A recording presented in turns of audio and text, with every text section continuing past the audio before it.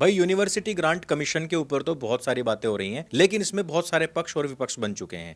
सरकार कह रही है कि हम इसमें सब लोगों को फांसी नहीं चढ़ाने वाले हैं, इसमें हमारे भी क्लॉज हैं, हमारे भी कुछ उपनियम हैं, उनको भी जरा पढ़ लीजिए। दूसरी तरफ के लोग कह रहे थे कि भाई हमें एक बात समझ नहीं आ रही है कि अगर आपने यूजीसी यानी कि यूनिवर्सिटी ग्रांट कमीशन के अंदर SC ST के साथ साथ OBC को भी जोड़ दिया है, तो कुछ राज्यों में तो जैसे एक उदाहरण के तौर पर ले लेते हैं जाट, कुछ राज्यों के अंदर तो वो OBC हैं और कुछ राज्यों के अंदर वो सवर्ण होते हैं, जनरल होते हैं। तो अगर ये आमने सामने आएंगे तो क्या ये जाट वर्सेस जाट नहीं हो जाएगा? ऐसी ही कुछ और भी जातियां हैं जो कहीं पर OBC में आती हैं और कहीं पर जनरल में आती हैं, उनके साथ ऐसा होगा तो क्या होगा? एक और बड़ी बात कि कमीशन क्या इस बात को नहीं जानता है कि अभी तक जितने भी एट्रोसिटी के केस हुए हैं उनमें झूठे केस बहुत ज्यादा होते हैं, उनकी सच्चाई का जो मानदंड है वो काफी कम है। अभी तक इसका जितना ज्यादा दुरुपयोग हुआ है उसका सदुपयोग लोग नहीं कर पाए हैं। और अगर आप राजद की कुछ गालीबाज महिलाओं की बात सुनेंगे तो वो कह रही हैं कि सवर्णों के ऊपर तो जबरदस्ती इस तरीके के आरोप लगाए जाने चाहिए, क्योंकि उन्होंने तो हजारों साल तक OBC और SC ST का शोषण किया है। आपको इस आधार पर फंसाया जाना चाहिए कि आपने कभी भी इस देश के 90% OBC SC ST बहुसंख्यक जो आबादी है, जो माइनॉरिटी है, उसको आपने उसका हक नहीं दिया। आपको इस बेसिस पर फंसाया जाना चाहिए। अब मुझे एक बात बताओ कि एक पंडित का लड़का था जो शिखा रखता था, चोटी रखता था, जनेऊ पहनता था, रुद्राक्षी माला भी पहनता था, उसको ब्राह्मण होने के कारण से मुसलमानों ने इतना ज्यादा प्रताड़ित किया कि वो बच्चे ने आत्महत्या कर ली थी। पोंगा पंडित कह दिया जाता है, लालची ब्राह्मण कह दिया जाता है, पंडित कह दिया जाता है, या अन्य बहुत सारे इस तरीके के ही गालियां बना दी गई हैं आज की तारीख में। क्या वो लोग पीड़ित नहीं है? क्या वो भी अपना पक्ष ले जाकर के UGC में रख सकते हैं? तो बताया जा रहा है कि वो अपना पक्ष नहीं रख सकते हैं। अब मैं एक मजेदार आपको चीज बताता हूं कि ये जितने भी पॉलिटिकल लोग हैं जो कह रहे हैं कि सवर्णों ने दलितों, आदिवासियों और OBCs का शोषण किया है, तो OBCs के ऊपर तो सबसे ज्यादा SC ST एक्ट लगता है, तकरीबन 80% लगता है। उससे भी बड़ी बात कि 90s से पहले तो कोई OBC हुआ ही नहीं करता था। भाई अंबेडकर ने जो आरक्षण दिया था वो केवल और केवल दलितों को दिया था। उसके बाद से वो OBC नाम की चीज से भी बहुत ज्यादा नफरत करते थे और वो कहते थे कि हम इस प्रकार का आरक्षण नहीं दे सकते। OBC आरक्षण जिन लोगों को मिला वो कौन थे? OBC आरक्षण का जन्म होने से पहले या मंडल कमीशन का जन्म होने से पहले वो सभी लोग भी सवर्ण ही थे, यानी कि जिनकी डेट ऑफ बर्थ 1990 से पहली है वो सारे के सारे सवर्ण पैदाइश हैं। उनके ऊपर बाद में ठप्पा लगा करके उनको OBC बनाया गया है। अब OBC में भी आप देखिए कि जाट है, गुर्जर है, राव साहब है, यादव साहब हैं, ये सारे के सारे अपनी गाड़ियों के पीछे अपने बड़े बड़े नाम लिखवा करके चलते हैं। ये सब समाज को दिखाते हैं कि भाई हम कौन सी कास्ट के लोग हैं। आज तक तो ऐसे ही किसी को भी पुकारा जाता था, राव साहब इधर आओ, यादव साहब इधर आओ, अरे गुज्जर भाई इधर आओ, अरे जाट भाई है तो अपना। क्या ये जो अभी तक स्वाभिमान के साथ में या गौरव के साथ में अपनी गाड़ियों के ऊपर, अपने घरों के ऊपर लिखवाया करते थे, क्या अब उनको वही नाम बुलाने से उनका अपमान होगा और वो भी जाकर के केस लगा सकते हैं? अब कुछ और मजेदार बातें सुनो। कुछ ऐसे केसेस आए थे पिछले दिनों जिसमें कि एक SC लड़का एक जनरल या फिर एक OBC लड़की को प्रपोज करता है और वो लड़की उसको मना कर देती है, हालांकि भले ही उसको नहीं पता है कि वो किस कास्ट का है किसका नहीं है, नहीं पसंद आ रहा है तो मना कर दी। अब वो लड़का कह रहा है कि या तो मेरे साथ में संबंध बना, मेरा प्रपोजल को एक्सेप्ट कर, नहीं तो मैं तेरे खिलाफ SC ST का एक्ट लगा दूंगा। और अभी अभी जब ये UGC पास हुआ है, बताया जा रहा है कि उसके तुरंत बाद ही एक व्यक्ति ने ऐसा एक जनरल कास्ट की लड़की के साथ कर भी दिया है।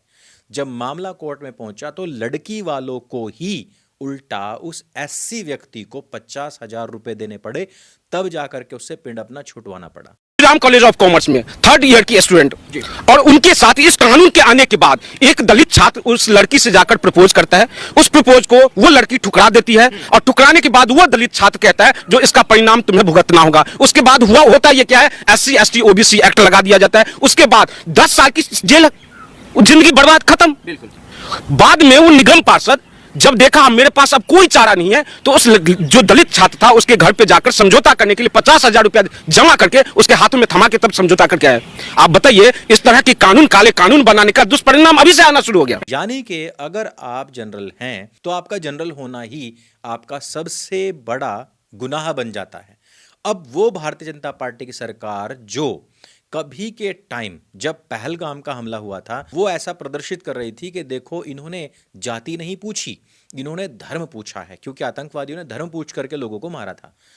अब ये लोग ऐसा नियम लेकर के आए हैं जिसमें कह रहे हैं कि हम आपसे आपका धर्म नहीं पूछेंगे, आपकी जाति पूछेंगे। क्या आप जनरल कास्ट से हैं, क्या आप ओबीसी हैं, क्या आप एससी हैं, या फिर आप एसटी हैं। उससे भी बड़ी चीज कि पूरे हिंदुस्तान ही नहीं बल्कि जितने भी भारत को तोड़ने वाली शक्तियां हैं वो इस समय पर हिंदुस्तान के अंदर सवर्णों और खास तौर पर ब्राह्मणों के नरसंहार की योजनाएं बना रहे हैं। हर बड़ी से छोटी यूनिवर्सिटी के अंदर, हर बड़े से छोटे कॉलेज के अंदर दीवारों पर ब्राह्मणों के नरसंहार की बातें लिखी जा रही हैं। सवर्णों को यूरेशिया भेजे जाने की बात की जा रही है। तिलक तराजू और तलवार यानी कि ब्राह्मण, बनिया और राजपूत को जूते मारने की बात की जा रही है। तिलक तराजू और तलवार, इनको मारो जूते चार। तिलक तराजू, तिलक तराजू, तिलक तराजू और तलवार, इनको मारो, इनको मारो, इनको मारो जूते चार। ऐसे समय पर जहां ब्रेकिंग इंडिया फोर्सेस भारत को तोड़ने के लिए, उसको जातियों में बांटने के लिए लगातार प्रयास कर रही थी, ऐसे समय में केंद्र सरकार को ऐसा क्या सूझा कि वो भी ब्रेकिंग इंडिया फोर्सेस के साथ मिलकर के अनायास ही ऐसा नियम ले आती है। कुछ लोग कह रहे हैं कि यूजीसी जैसे नियम ऑलरेडी पहले से ही थे, तो यह पूरी तरीके से कोरा झूठ है। ना तो यह नियम किसी ओबीसी ने मांगा था और ना ही ओबीसीज के खिलाफ इस तरीके की बातें होती हैं। अब मान लेते हैं कि जैसे कि तेली या मोची, इस प्रकार की जातियां हैं जिनके बारे में ऐसा कहा जा सकता है कि उनको चिढ़ाने की बात हुई। लेकिन क्या आपको पता है कि मोची एक ब्रांड भी है, और ये जो ब्रांड है इसका ओनर एक मुसलमान है। जी हाँ, आपको आपकी जातियों से इसी प्रकार से नफरत सिखाई गई। एक दूसरे के बारे में बताया गया कि वो छोटे हैं, ये बड़े हैं। राजनीति के चलते अपनी जातियों को हमेशा उत्साहित किया गया, और हमारी जितनी भी जातियां थी उन सब ने अपने जो ऑक्यूपेशंस थे, जो बिजनेस थे, जो कास्ट बेस आपका व्यवसाय हुआ करता था, वो आपने तो छोड़ दिया है।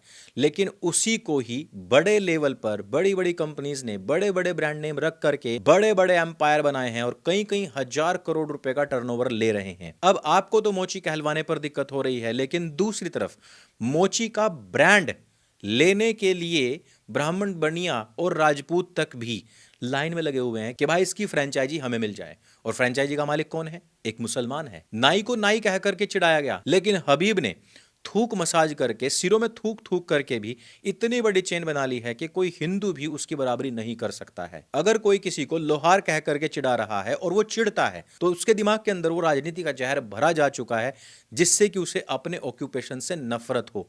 दूसरी तरफ टाटा सबसे बड़ा लोहार बन करके बैठा हुआ है, जिसका टाटा आयरन और टाटा स्टील को ही लेकर के कई हजार करोड़ रुपए का बिजनेस चलता है। ऐसे ही लकड़ी का काम करने वाले लोगों ने अपने व्यवसायों को छोड़ दिया है, वो अपने बिजनेस नेम को भी कहलवाना पसंद नहीं करते हैं। दूसरी तरफ आज किसी भी शहर, किसी भी गांव में चले जाइए, लकड़ी के काम करने वाला कोई कारीगर पकड़ करके देखिए, आपको सारे मैक्सिमम मुसलमान मिल जाएंगे, क्योंकि वो सारे के सारे काम अब वो कर रहे हैं। और ये काम उन्होंने छीने नहीं है, ये हमारे लोगों ने ही उन कामों को हे दृष्टि से देखते हुए छोड़े हैं और उन्होंने वो पकड़ लिए हैं। इवन सीखे भी हिंदुओं से ही जाकर हैं। अब ऐसे में आप मुझे बताइए कि जब हम अपनी जातियों को ही इस प्रकार से हेय बना देंगे तो कल क्या हम उन जातियों के नामों से पुकारा जाना भी पसंद करेंगे? उससे भी बड़ी बात यह है कि हम जब उस जाति के नाम से पुकारा जाना ही पसंद नहीं करेंगे तो क्या हम वो बिजनेस, वो काम कर पाएंगे? नहीं कर पाएंगे।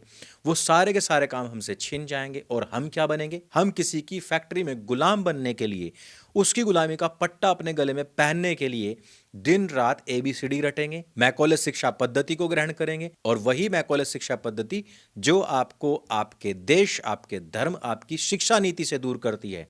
अब जरा सोचिए, वो माँ बाप जो अपने बच्चों को स्कूल भेजते हैं, कॉलेज भेजते हैं, और वो स्कूल कॉलेजेस में उन टीचर्स की बात मानते हैं, उन्हीं के ही इशारों पर नाचते हैं, कल को बुढ़ापे में वो क्या तुम्हारे साथ उठेंगे बैठेंगे? ये सारी बातें मैंने इसलिए बताई हैं क्योंकि ये सारी की सारी चीज शैक्षणिक संस्थाओं से जुड़ी हुई हैं। अगर तुम्हें लगता है कि मैं ओबीसी हूं और मुझे तो एक बहुत बड़ा नियम दे दिया गया है कि अब मुझे कोई सैनी नहीं कह पाएगा, अब मुझे कोई बढ़ई नहीं कह पाएगा, अब मुझे कोई जाट, गुज्जर, यादव, राव साहब नहीं कह पाएगा, और इससे मेरा कल्याण होगा, इससे मेरा एम्पावरमेंट होगा, तो ये तुम्हारी मूर्खता है। क्योंकि एक जहर तो ऑलरेडी हमारी शैक्षणिक संस्थाओं में घुला ही हुआ था मैकॉले शिक्षा पद्धति के नाम से, ऊपर से जो जहर अब डाल दिया गया है ये हमारी जड़ों को पूरी तरीके से काट करके फेंकने वाला है।